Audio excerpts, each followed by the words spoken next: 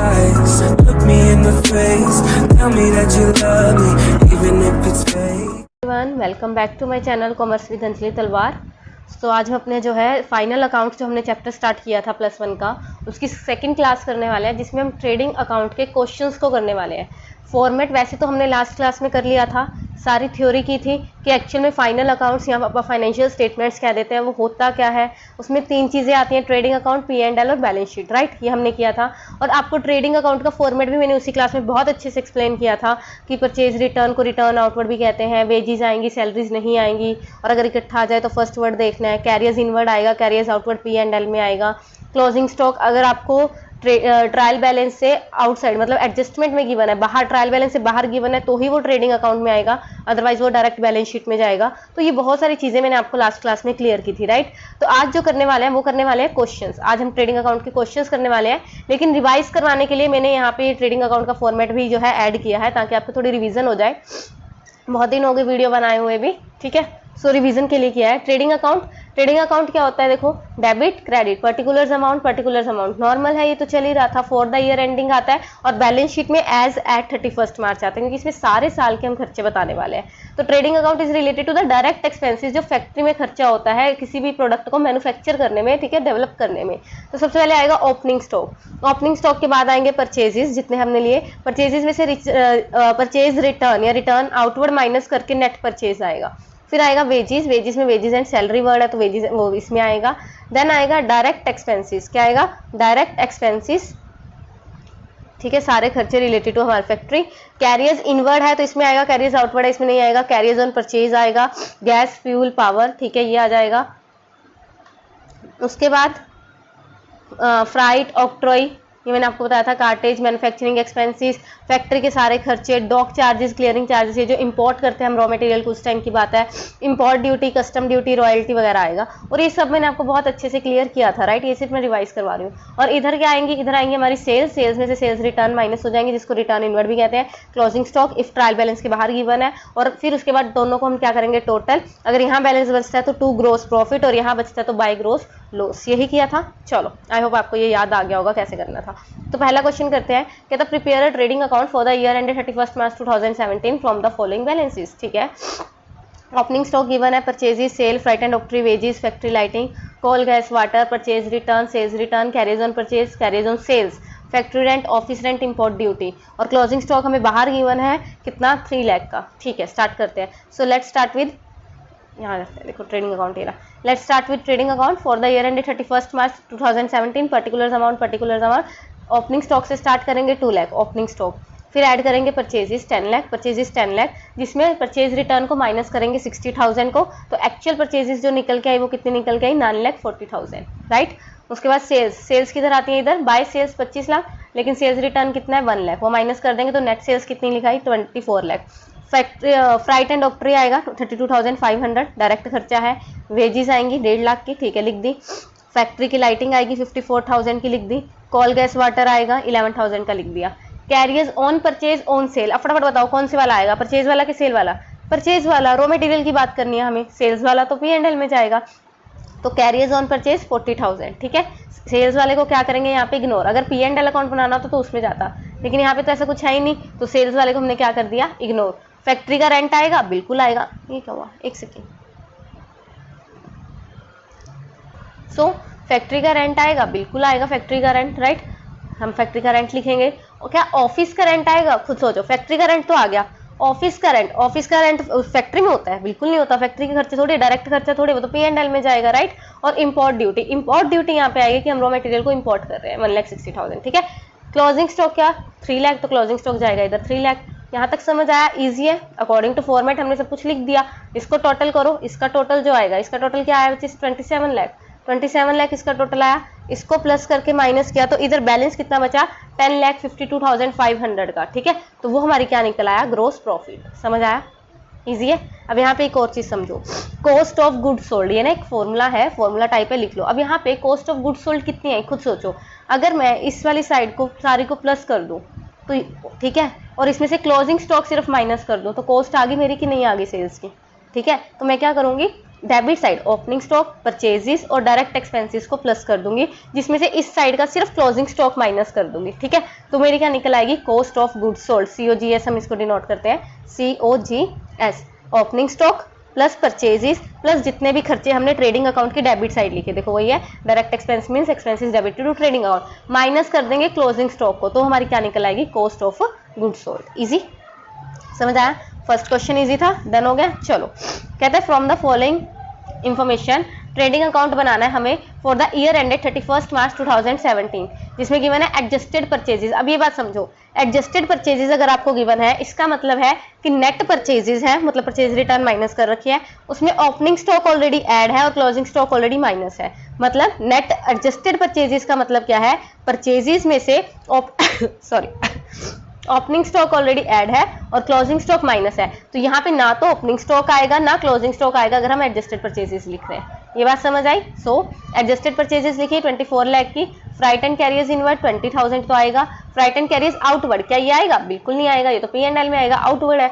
Wages 1,68,000 लिख दिया। Octroi सुंगी, मैंने बताया था आपको, ये किसी किसी स्टेट में लगता है सामान को लाने के लिए, 2,000। फ्यूल एंड पावर 30,000 आएगा। अब मुझे एक बात बताओ, क्या ऑफिस का रेंट आएगा? अगर यहाँ पे फैक्ट्री का रेंट होता तो हम लिखते, ये तो आएगा ही नहीं, 18,000 तो ही गया।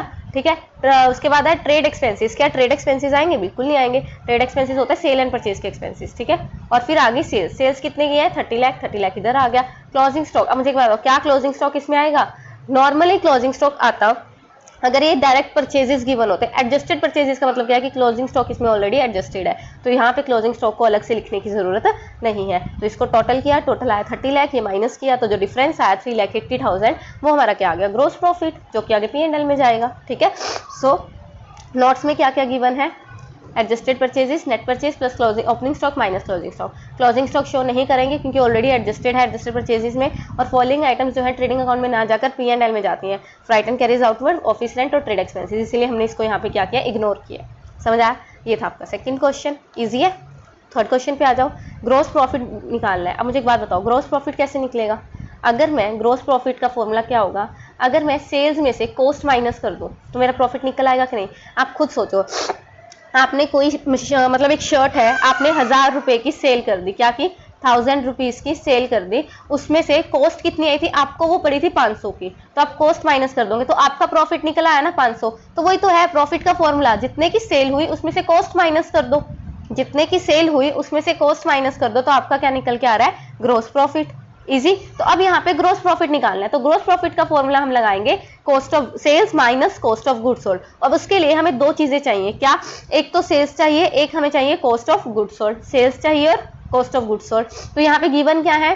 Total purchases during the year, return, outward, direct expenses and 2/3 of the goods are sold for 6,10,000। ठीक है, तो पहले हम कॉस्ट ऑफ गुड्स सोल्ड निकाल लें। मैंने आपको क्या बताया था? Purchases minus return, net purchase लेके plus direct expenses minus closing stock. Opening closing stock तो गिवन नहीं, वैसे इग्नोर हो जाएगा। तो total purchases 8 lakh, return minus गए 20,000, 60,000 ये माइनस हो गया, तो ये आ गया 8,40,000। ये बात समझ आई? 8,40,000 के तो 2/3 गुड्स सेल हुई है 6,10,000 की। अगर 6,10,000 2/3 गुड्स है तो कॉस्ट क्या हुई इसकी? इसको रेसिप्रोकल कर लेंगे तो 5,60,000 आ गई। तो कॉस्ट हमें कितने की चाहिए? जितने की सेल हुई है। अब ये ध्यान में रखना यहाँ पे कि ये जो आपका 8,40,000 आया ये टोटल आया, टोटल, लेकिन सेल हुई है सिर्फ 2/3 गुड्स। कितनी सेल हुई है? 2/3। अगर 2/3 ऑफ द गुड्स सोल्ड हुई है 6 लाख की, तो 8,40,000 का 2/3 निकाल के कॉस्ट आ जाएगी 5,60,000 की। तो हम क्या करेंगे? 6/10 में से जो सेल हुई इसमें से 5,60 माइनस कर देंगे 50,000। ठीक है, तो यहाँ पॉइंट समझने वाला क्या है कि सेल ही 2/3 हुई है और जो कॉस्ट निकली है वो हमारी टोटल निकली है, तो टोटल का 2/3 में निकाल के वो मेरी कॉस्ट आ जाएगी। ठीक है, तो फिर मेरा क्या निकलेगा? प्रॉफिट। इजी है, समझ आया? चलिए नेक्स्ट देखते हैं, calculate cost of goods sold. ठीक है, cost of goods sold, closing stock भी निकालना है इसमें से from the following information. Sales given है, सेल्स रिटर्न गिवन है, ग्रोस प्रॉफिट गिवन है 1,20,000 का, ओपनिंग स्टॉक है, purchases, purchase return, carriers inward. तो मुझे एक बात बताओ, नेट सेल्स निकल आएंगी, सेल्स माइनस सेल्स रिटर्न, ये आगे हमारी नेट सेल्स। ठीक है, उसके बाद कॉस्ट ऑफ गुड्स सोल्ड, यहाँ पे माइनस आएगा, तो कॉस्ट ऑफ गुड्स सोल्ड कितना आएगा? अब मुझे एक बात बताओ, यहाँ पे मैंने तुम्हें कहा था profit is equal to sale minus cost, ये मैंने तुम्हें बताया, profit is equal to sales minus cost. और अगर मुझे कॉस्ट निकालनी है तो कॉस्ट उधर चला गया और सेल्स इधर आके माइनस प्रॉफिट हो जाएगा कि नहीं? कॉस्ट उधर चला गया प्लस में और प्रॉफिट उधर आके माइनस में हो गया, तो cost is equal to sales minus profit. तो cost is equal to sales, sales हमें गिवन है 5,24,000 और ग्रॉस प्रॉफिट हमें गिवन था 1,20,000 का, तो कॉस्ट कितनी आ गई 4,04,000, इसी फॉर्मूले से आ गई ना वो तो, ठीक है। और कॉस्ट ऑफ गुड सोल्ड का एक और फॉर्मूला है, opening stock plus purchase minus purchase return plus carriers inward, मतलब direct expense minus closing stock. ये समझ आया, ये फॉर्मूला तो हमें पता ही है। अब अगर मैं इसमें सारे पुट कर दूं, अब मुझे कॉस्ट ऑफ गुड सोल्ड पता है, ये पता है, ये पता है, ये पता है, ये पता है, तो अगर मेरा सिर्फ क्लोजिंग स्टॉक रह गया तो मुझे यहाँ उधर जाके सारा प्लस माइनस होके निकल आएगा कि नहीं निकल आएगा, समझे। तो यहाँ पे हमने दो फॉर्मूले का यूज किया। पहला क्या है कि हमारा प्रॉफिट कैसे निकलता है, जितनी मेरी सेल हुई माइनस कॉस्ट, इससे मेरा क्या निकल आया, कॉस्ट निकल आई, राइट। और एक कॉस्ट का और फॉर्मूला ये ओपनिंग स्टॉक वाला, तो दोनों को मिक्स मैच करके हमने क्या कर लिया, आंसर निकाल लिया। यहाँ तक समझ आया, इजी है, ठीक है। चलो नेक्स्ट क्वेश्चन पे आते हैं, छोटा सा क्वेश्चन आ गया ये तो चलो। Net sales during the year 2011 given है 2,85,000, ग्रोस प्रॉफिट है 25% ऑन सेल्स, तो कॉस्ट ऑफ गुड्स सोल्ड निकालनी है। अब मैंने आपको एक चीज़ बताई थी, प्रॉफिट क्या होता है, प्रॉफिट क्या होता है, सेल्स में से कॉस्ट माइनस कर दो, यही होता है प्रॉफिट, ठीक है। तो यहाँ पे हम क्या करेंगे, किस पे है 25% ऑन सेल्स, क्या है ग्रोस प्रॉफिट है, तो ग्रोस प्रॉफिट, प्रॉफिट क्या है यहाँ पे 25%, किस पे है, सेल्स पे।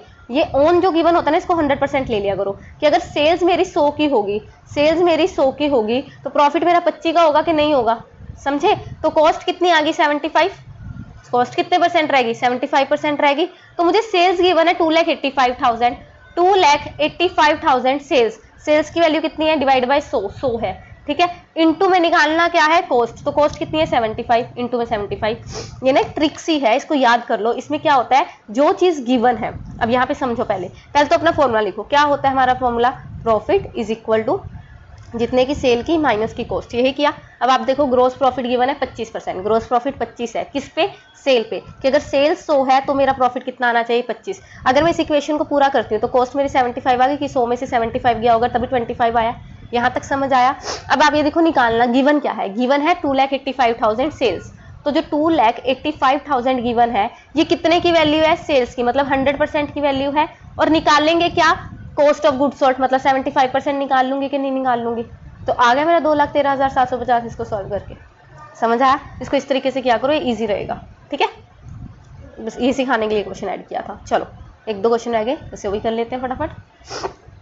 Net sales during the year given है 6 लाख की, ग्रोस प्रॉफिट है 25% ऑन कॉस्ट, और ग्रोस प्रॉफिट और कॉस्ट ऑफ गुड सोल्ड निकालनी है। फटाफट बताओ, नेट सेल्स गिवन है और ग्रोस प्रॉफिट 25% ऑन कॉस्ट, वैसे ही सेम जो करवाया वो करो। तो मुझे एक बात बताओ, कॉस्ट हमारी वो क्या होती है, profit is equal to sale minus cost, यही होता है।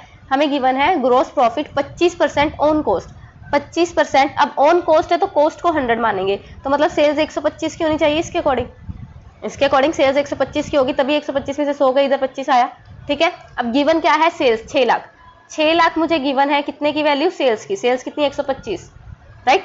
जो गिवन है वो लिखो, 6 लाख गिवन है, कितने की वैल्यू है सेल्स 125 की, इनटू जो निकालना है, अब निकालना क्या है, प्रॉफिट, ग्रोस प्रॉफिट, तो ग्रोस प्रॉफिट कितना है 25 निकाल लो, और अगले में कॉस्ट ऑफ गुड्स सोल्ड निकालना है, इनटू 100 कर लो, यहीं पे ये आपका निकल आएगा। समझ आया, इस चीज को अभी समझ लो, ठीक है। चलो नेक्स्ट देखते हैं, आई थिंक लास्ट क्वेश्चन है आज का, इसको करते हैं। Sorry, net sales and gross profit निकालने from the following information, cost of goods sold given है, gross profit on sales, same ऐसे निकलेगा। देखो मेरी बात सुनो, अब यहाँ पे मैं आपको अच्छे से समझाती हूँ इसको, क्योंकि बहुत इंपॉर्टेंट है। मेरी बात सुनो, प्रॉफिट कितना होता है, कॉस्ट सेल्स माइनस कॉस्ट, यही है।